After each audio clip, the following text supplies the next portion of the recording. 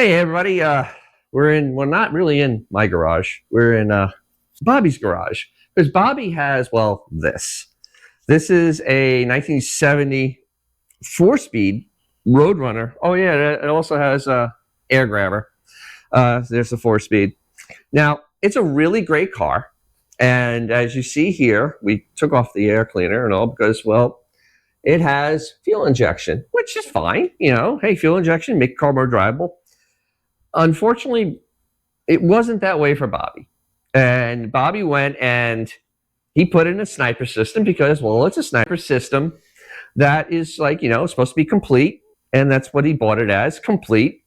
You go, you put it in the car, you drive the car around, and it learns and it goes really great. Unfortunately, that's not the way it works. And that's always, you know, it's always the thing when you're adding technology into an old car, there's always going to be the learning curve. And there is a massive learning curve with this. And there was also a lot of going back and forth with Holley because, like every big company, they're never wrong. No matter what they do, they're never wrong. They're always right. And the car basically had a couple of symptoms. First, it would spew gas out of the tank. It would out because he had the original tank in there and come out the vent line. Second of all, then he would go, and the second thing was reliability, where it would, because of the way the whole system was set up, it just would not run properly. And the funny thing is he didn't actually have the one thing that happens a lot with the original sniper system. And I was very surprised because his distributor's right there, the front of the fuel injection's there. And on the original snipers, the computer is right up in front. The electronic signal from the ignition system actually would throw the computer off. And there's multiple threads online of that happening. But he only had a little of that. Mainly his thing was with the gas tank, where since it was a deadhead system, which means the fuel goes up to the end and then stops, it would then go and siphon back into the tank, create pressure in there, and then of course push the gas out of the vent. So it's a whole learning curve, and I've actually learned a few things that I did not know about, well, fuel injection systems, because, well, he's gone through and he's learned a lot. So we're going to dig a little more into it. All right, so this is Bobby. He hangs out with the 5150 guys because, well, they're friends. They're friends, and he really fits in with them because, yeah, he does. They're friends when they visit from California. We run into each other at Meekum every year, and they come and visit here in Florida. Yeah. So, so this is Bobby's car, and you know we kind of did a whole roll at the beginning, what was going on with it, and so Bobby, you went, you got the Sniper 1. I did. All right, and then it didn't go well. No. Okay, so then what happened when you tried to go to Holley to try to tell them what happened with the? Yeah, it's my fault. Everything is my fault. Oh, okay. So the backstory was when I bought the car, it had Holley Dominator on it, stock gas tank. Okay. The stock gas tank was leaking out the vent to begin with. It was cracked. Right. Yeah. So I didn't like the reliability. We all know Mopars kind of don't start when they get hot. Yeah, they're terrible actually when they get hot. Yeah. 57 times pumping the gas pedal. Hopefully it goes. So I wanted reliability because I'm driving the car. This is not a trailer queen. I drive it everywhere. Mm-hmm. So I call Holley, researched the Sniper when it had come out. And this is back 5 years ago, give or take. Right. On their website, they had the Sniper 1 with an OE style gas tank. Yep. Which is nothing more than like 2 clamshells. Yeah, it's the crimped together tanks. Yeah, right. with the vents that are aligned into the top of it. Correct. Yes. So they recommended that, and then they recommended this pump to me. And the pump, it's a returnless system. Okay, so it deadheads. So basically, the fuel goes up to the top, just like a regular carburetor, and it doesn't cycle the fuel back like in a new fuel injection system, which you have a return line on those. Right. So this is a 255 liter per hour fuel tank module that they said drops right in with the float. You'll be fine. Returnless system. Okay. This is what they recommend for it. Yes. Oh, okay, great. So all things were wonderful. I bought it. I took it home. And it worked. The guy said, hook it up, go drive your car. It's going to learn. That's what they've always said. Right. Just that easy. Yeah, it doesn't learn that fast. You need to drive this car. But when you shut the car off, good luck getting it to start again. Because the computer completely is confused at that Doesn't point. know what to do. It doesn't know what to do. Because it's, quote, learning. If it was that simple. So after the first year, I started running into issues with it. Blew an O2 sensor because she overloaded. Yep. Which became commonplace. Yeah. So call Holley back up again. They sent me an O2 sensor, which later to find out it's just a Bosch sensor. Yeah, they're like $20. Yeah, you go buy it anywhere else. Buy it at any store. But of course, Holley says, more money. So I couldn't get it started. They said, okay, send it back to us. We'll give you another one. Every year, for 3 years, I pulled off my head unit and sent it back. So they finally fixed it with the Sniper 2. But this wasn't really the biggest problem I was having. So the biggest problem I'm having is, it gets hot here in Florida. Yes, it does, very hot. Right, so people are like, oh my God, it gets hot. I call them up and go, why am I leaking gas? Now, every time you call, you get a different operator. Yeah, that's the other problem with dealing with Holley is, any big company, you're going to have that problem where you call up and you're not going to get the same tech. And at least give me the guy that's the Mopar tech, which would be great, because when you talk you weren't getting a Mopar tech? No. Oh, that's not good. It's not good, because you're talking to a Chevy guy who has no idea, construction. They're doing some work here. Right? Yeah, this guy has no idea about a Mopar. And so let's just run some of the gamut of the questions. Or the answers I would get. Why am I leaking out of my fuel line? Okay. Well, you're boiling your gas. That's pretty impressive, because from the factory they don't boil gas, and you have a factory setup. Well, when we do, you saw in the walk around this is a pretty stock looking car. It's 100% original. Yeah. I'm boiling my gas. So I'm laughing at a guy on the phone. He goes, "You're vaporizing." I'm vaporizing. What are you, out of your mind? Vaporizing? Yeah. I go, where am I vaporizing it? That's pretty impressive. Okay. So, what do? I'm like, all right, let's try everything to get through it. So now we're in a big science experiment. So I wrapped a tank. I bought some heat shield. I put it on. Same problem. Still have pressure at the tank. This car did not come with a vented gas cap. No, so it comes a solid one, because it had the vent it had the vent on the top of the system, and on that. So when Chrysler had those systems, they didn't use a vented gas cap because they vented it at the front. Dual vents, and for the 883 or the 383 rather, you had the dual vent lines coming off the tank, high and low, blah blah blah. And the 440 and the 426 had their own setups. Yeah, they were much more complicated. Actually, the 440 even had a return line because to keep it from vapor locking on the stock setup, they actually had a funky looking filter. They had another line that ran back to the tank. So I bought a vented gas cap, because when you change a gas tank out, you're putting in a new filler neck anyway. Right. So I bought a vented gas cap. Figured that would cure the problem. Right. No, didn't cure the problem. I'm at a car show in June. I see dripping. I look underneath, and I'm like, that's not good. So I cracked the gas cap, and boosh, what a rush of air I got.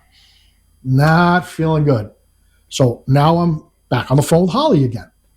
So the next guy tells me, oh, you are? Well, why don't you run a loop? What do you mean run a loop? Yeah, go buy a piece of clear gas hose, fuel-rated hose, so you could see it. Run a loop. Make like 3 or 4 turns and run it up into your vent line so the gas could collect in that. Oh, that's perfect, yes. Oh, I'm going to have like a little still underneath my car now. Yeah, there's nothing like distilling your own gasoline while you're driving. So, and leaving it near the back of the car is always these are the answers that I'm getting from Holley, where I just bought this entire system from. And mind you, it's on their website. This is the kit that they recommend. So it's complete, the complete kit. And in fact, if you go on any site now, the Holley Sniper 1 is no longer available. It's NLA. And if you have one of these systems, now you can't even you can't get parts for it. You can't get parts for it. And this is kind of where you run into when you do fuel injection. You have to always check the company. You figure at Holley that they'll always won't. And that's been kind of that's kind of something you run into when you put technology in an old car, because it wasn't made for it. They make a system that goes for it. But if they don't continue supporting it, they have to adapt to what it is. Yes. So Holley, in turn, if you don't know, has sold all of their Sniper 1 parts to Summit Racing. They are not making updates. They're not making any parts. Wow. Nothing. So they're kind of forcing you to go to the 2. Yeah, I'm going to get into all of that in a minute. I think, I've read that online too. This is a whole thing about whole thing. They kind of just go, yeah, we'll get you a 2. Yeah, spend the $250. Yeah, well, give us $250. We'll give you a 2. Right. So to get back to the whole issue. So now I'm in year 3 of this, fighting with them. Wow. Right, because they won't admit that the pump they sold me is an in-tank returnless pump, which causes pressure in the tank. Correct. There's no baffling inside of an OE tank. Yep. Nothing. The tank has 2 nipple at the back, original design. Now I started doing some research on the forums. Guys are having the same issue. Why are we leaking? What's the problem? To find out that somebody said possibly that the lines in the tank were reversed. So the short is the long and the long is the short. And if you see this, right, the stock tank, you have the 2 nipples. So you're laying on your back, you're looking up. There's 2 vent hoses, a short and a long. Yes. So one of the guys said that he looked in his tank. These coincide with 2 lines that run along the top of this tank. Mm-hmm. He said they were reversed. Yep. Come to find out after I did replace my tank that they were reversed. And what happens if they're reversed? Well, you're running along where the short is, the short where the long is. So in the tank, the long one is hooked up to your short vent line. Right. But the long one went all the way to the back of the tank and actually had it dip down. So every time you shut that key off, you got a reverse vacuum which suck it up into that fuel line. My short line dripped all the time. Holley's answer was, Joe, just cap it off. You don't need that. That's not really the answer. Then the guy said, well, if you don't want to cap it off, run a rollover valve. Run it really high up into your wheel well. I said, that's not the way the car was designed. I'm pushing pressure. Again, would never admit to it being the wrong pump in the wrong tank. Yes, and the system not, and also then deadheading it, making the whole thing. So you're putting the pressure in there. So every answer you got was wrong. I finally did get a proper Mopar guy on the phone who said, well, why are you running such a pump? That pump's made for a 750 horsepower motor. It's made for a fuel cell. I said, but you guys sell the package. And he goes, well, we do, but, and then here we go with the stories again. So 4 years later, I'm on my 4th Sniper. The Sniper itself had all sorts of problems, the Sniper 1. Yes. The butterflies with the IAC would not reset. You had to gas the throttle to get it to come down. Turns out that was one of the biggest mistakes, biggest problems with Sniper 1. They actually told me to take it off the car, flip it over, remove the bottom plate, flip the butterflies. It would knock them back into place, put it back together. I said, wait, you want me to do this? I spent $500 in this. It don't work. Every year I'm going for a new one. Wow. Right. So, this is the level of frustration. It's mind-boggling that what they're trying to tell you to do. So then they said, okay, send it back to us and we'll see if it's defective or not. So here comes another month of no road, no driving. He said, do you see wear on the inside of the barrels? I go, yeah. He goes, oh, that's the plates. They're scraping the inside of the barrel because it's out of alignment again. What the? Hello? How much did I just spend on a system? And see, the thing is, the throttle plates, it's no different than a Holley, what is it, a 5160? I think it's the same bottom plate as a 5160. So this isn't new technology to have for the throttle plates, because the throttle plates are actually carried over from a carburetor. Why they don't want to work on their fuel injection system that was almost $2,000? It's beyond me. It doesn't make any sense. But this is what you're going to run into with. I mean, not in every case, but when you have to really, if you're going to be putting fuel injection in your car, you have to think of all the things that can happen. Can happen. So it's not just I bought a Holley and put it on. You also have to replace the tank and get all of that involved with it. Because if you don't, again, they're not meant to work together. Nope. Fuel injection is not meant to work with the stock tank. If you have a carburetor and a stock tank, no problem. Because a carburetor, if you're using mechanical pump, a mechanical pump really isn't sucking that hard. No. Because it still needs a little bit of that gravity feed to help feed it. Yeah. Because I mean, honestly, If you take a mechanical pump and do it, it really won't suck your finger in tight. No, it can't. So you're not going to create a super vacuum in your tank unless there's no venting, and you will not create any real pressure in your tank because it will not backfeed to it. So that there's something that and that's why the stock tanks are, they're fine for carburation. But once you go into fuel injection, you have to think like a modern car. And modern cars, the way their tanks are set up, it's to make sure it stays neutral. Correct. The pressure stays neutral. So take a look at your modern car and look at the way the tank's made. It's completely different. You have to. It'd be great if you could just say, I'm going to drop a sniper on it and I'm going to be done. But you really need to think about it at this point. Because again, I had a mechanical pump. I blocked it off. And now I'm running a Wellsboro pump in a new tank. Once you do that and realize that they all have to work together, which people forget, I get it, then you'll realize it's going to be half your problem right there. Correct. So all of the gas leaking came down to that. So after 5 years, last summer, I had it. I finally called Holley, and I got a Mopar guy on the phone. Wow. Finally, yay! The guy was great. I will say he was awesome. He's the first guy that said, let me look into this for you. And him and I started talking about the tank. We started talking about the whole situation with it. Now, mind you, the kit that I bought last year was still on their website. It was on their website as a full kit. Tank, right? Buy it all together. And I said, you're still selling it. It's the wrong one. Their answer was, well, people buy it. We put it together as a kit, but we're not going to sell it anymore. I said, look, it says out of stock. He goes, yeah, the barcodes tell us what to sell. And because the barcodes aren't selling it right, I said, but you put it up as an OE-style tank to be used with this in-tank pump. Correct. You're pushing it. Guys see that, like me, your recommendation. Well, I don't need a fuel-injected tank. That's fine. You do need a fuel-injected tank. Yes, you do. The fuel-injected tank is baffled. It's got spots to stop the sloshing. The biggest thing with the fuel-injected tank is it recesses the pump and the sender, and it puts the nipple above it for the vent line, which stops all the problems. Yes, because now there's no sloshing of fuel in there, because that also happens with this stock tank, right? And you don't have the reverse flow of when it turns off. No reverse vacuum because the nipple's at the top, puts it at the highest point. But Holley wouldn't admit to this, and I told them, I said, you sold me an OE tank. They would not admit to the problem. I barked it all the way up the tree. I finally got a manager on the phone. The most insulting part was, I said, everybody's telling me this is what I have to use. And I told him 5 years of this, we've gone through all of this. So he says, well, we still sell, but not as a set. But again, we still sell them in pieces. I go, but you sold it to me as a group.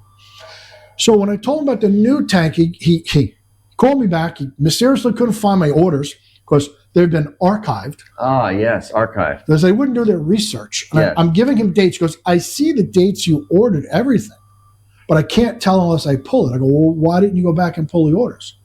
Well, that was too much trouble. So his answer was, well, if you want to buy the set from us, we'll sell it to you. And what worked out to be a true 8% discount. Cool. I'm glad you went through all that stuff and you got 8%. 8%. Cool. Holidays does actually much more than that. That's nice. Oh my God. I was like, are you kidding me? My car's leaking fuel in the garage. If my car goes on fire, my house goes on fire, we're going to have an issue. And he was like, well, that's the thing that people forget. Gasoline leaking is kind of a dangerous thing. Make a loop with a fuel line, tie it up, cut off your valve, close one, run another one. Not one guy knew that it's a double vented system, stock OE2 lines. Not one guy, they're looking in the manual and going, well, maybe if we close this one. Not one had an answer. Wow. And I understand to a point, you're going to get a random guy on the phone who has to read off the script. But if you're going to be technical support for fuel, technical support. I mean, at least come on. I mean, that's just not right. I mean, and this is what we're running into though, because Holley, is buying all the other. They're buying many of the other manufacturers, and the only other set you have is from Edelbrock Group now, because they make Phytech and Edelbrock. I know, right? Yeah. So that you literally in the fuel injection game, you have two choices. That's at this point. Guys have their likes on either which one. Now, I will tell you that once I finished with them, he did tell me on the phone that we're not making the one anymore. I highly recommend you go to the 2. Yep. So if you call Holley and piss and moan enough, which I did, they'll tell you, send us yours, we'll look at it, and they're going to deem it bad anyway. Yeah. $250, you get the Sniper 2. Yep. I highly recommend it because everything that was wrong with the 1 is now fixed on the 2. And then one thing on the 1 that didn't happen in this car I mentioned earlier was that it didn't have the electronic interference with the computer. Because on the 1, the computer's literally smack dab at the front. Yeah. So if you're running anything with a front distributor, so you're talking your Ford small blocks, even your Mopar R and RBs, you're literally now putting RF right in front of there, and it will make it go cuckoo. And actually, you told me your car would have some weird things running. I still think it had a little electronic interference. It might have. Because what it does is it makes the computer kind of get a little Alzheimer's. So there are a couple of things with mine that are different. Like the distributor, it's a MSD ready to run. Yeah, well, they recommend doing that. That's a great setup. Yep. And if you are running that, get rid of your ballast resistor. You're fighting yourself. You don't need it. Yep. And you'll learn that. Trust me. And also with the fuel injection, he has the coils on his firewall. The coil needs to be as far away because that will literally, even on the newer units, it can cause radio interference because that's a lot of charge, and you're dealing with a computer system. Plus, when you run the wires and whatnot, you have to shield them. Yeah. You can't run spark plug wires anywhere near any of the wires for this system because you'll just have massive issues. You can still make it look original. The car looks really original. It's the original motor. Everything in there is fine. But once you just do these little things, you're never going to have an issue. I love this. This starts up immediately. It warms up immediately. I'm getting great gas mileage, which is unheard of on a big block. Yeah. I'm cruising at 17 miles to the gallon. Oh, my God. Yeah. I mean, I'm driving an hour and a half north, and I'm barely using a half tank of gas. I love it. But, you just have to realize that it's not just slapping it on and saying, I'm done. Yeah. But to go back to the tank before we even get into that. So the finished part with the tank was, after fighting with Holley, getting rid of them, I looked at their set. So I went to Tanks Inc. Tanks Inc. makes a fuel-injected tank. And I have a picture of it because I want to show you what I put in my car.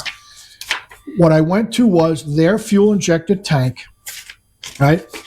The fuel, it's not a great photograph, but you go to their website. I'll put up a better picture. Top of this, yeah. So it's recessed at the top. So it takes a traditional pump, traditional sender, but right here at the highest point of the tank is where the vent line is for this whole setup. Mm-hmm. I run this on a rubber hose to attach to the stock OE line. Mm-hmm. I kept the long line, so it flows through the trunk. It looks original. I have no more problems. No gas smell, no overflow, no sloshing, no pressure, nothing. It worked out perfect. It's made for fuel injection. It's baffled all on the inside set up. And see, that's the sending unit. This sending unit is basically what they use in I know for BMWs, because I have them, that it uses the same type of setup where it's in a cone and the float goes straight up and down. You literally have no problem with slosh. It won't read wrong. It'll always read steady. And honestly, this is you need to do this if you're doing a fuel injection tank. 100%. The float type centers are cheap and easy, but they also break really quickly. And your gas gauge is never accurate. It's all over. Yeah. This thing is amazing. All of a sudden, she'll go from 99 full percent. I'll drop down. I'm at 96%. Because it's a lot more accurate. There's no sloshing. Yep. So worth it. And then the Wellsboro pump. This is the pump that's in the car now. Awesome. You cap off the vent line from the pump, and it's a return setup. Yeah. So and actually having a return on the fuel injection is very useful because it can regulate its pressure better. Because if with the deadhead system, you're having to have it regulate down where it won't push pressure. So it can build pressure or lose pressure because it's deadheaded. This way, since it's constantly circulating it can keep a steady pressure, and it's 60 pounds. I mean, it's a fair amount of pressure on the fuel injection system. So that's why you want to keep it so it's moving so it'll stay steady. because if the pressure goes too high, the fuel injection system doesn't work properly. Right. If it goes too low, it really doesn't work properly. It won't be able to atomize the fuel. Yeah. It'll just kind of spittle. It's phenomenal. And with the Sniper 2, they now give you an external regulator. That pump had an internal regulator that would regulate at the pump, that in tank that they sent me. Oh, so it had no idea what the pressure was at the front, which is also a part of the problem. Part of the problem. Yeah. So again, Holley would never admit to fault. But once I put the 2 on, the regulator is mounted up front, so you're catching it on the return as it's coming out and around. Yeah. Perfect. Not a problem at all. So now the best part is I can never pull into my garage with a full tank of gas. I would smell, I would leak, it would piss out the back, and the wife would yell at me all day long. Yeah, they usually don't like that smell. Yeah. The excuse of, honey, it's an old car, it smells, only goes so many years. Yes. Yeah, I trust me, I fully understand that. So and once I fixed it now, I pulled it with a full thing. She goes, all I smell is exhaust. I go, and you will. For about a minute and a half. Yes. I empty the car out, close the doors, and it's great. Not a problem anymore at all. All cured. No thanks to Holley. Nothing what they did. I'm so done with them. But with all the issues I had, I know guys were always complaining. I have fuel coming out. So I want everybody to understand, your biggest thing is going to be, to me, swap that tank out. Make sure you have an EFI, not an OE. It looks the same. You can't go behind this car and tell me that's not an OE tank. No, it's impossible. We'll show it. Yeah. So do the setup. Do it that way. Yeah. So always keep it simple, stupid. As they say, the KISS method. KISS method always works. Yeah. All right. Well, cool. This was really this is a little different, and really do hope you got something from this. Comments, of course, because I know there's going to be plenty. Because it's going to happen. Everybody has their comments. And like, subscribe, share.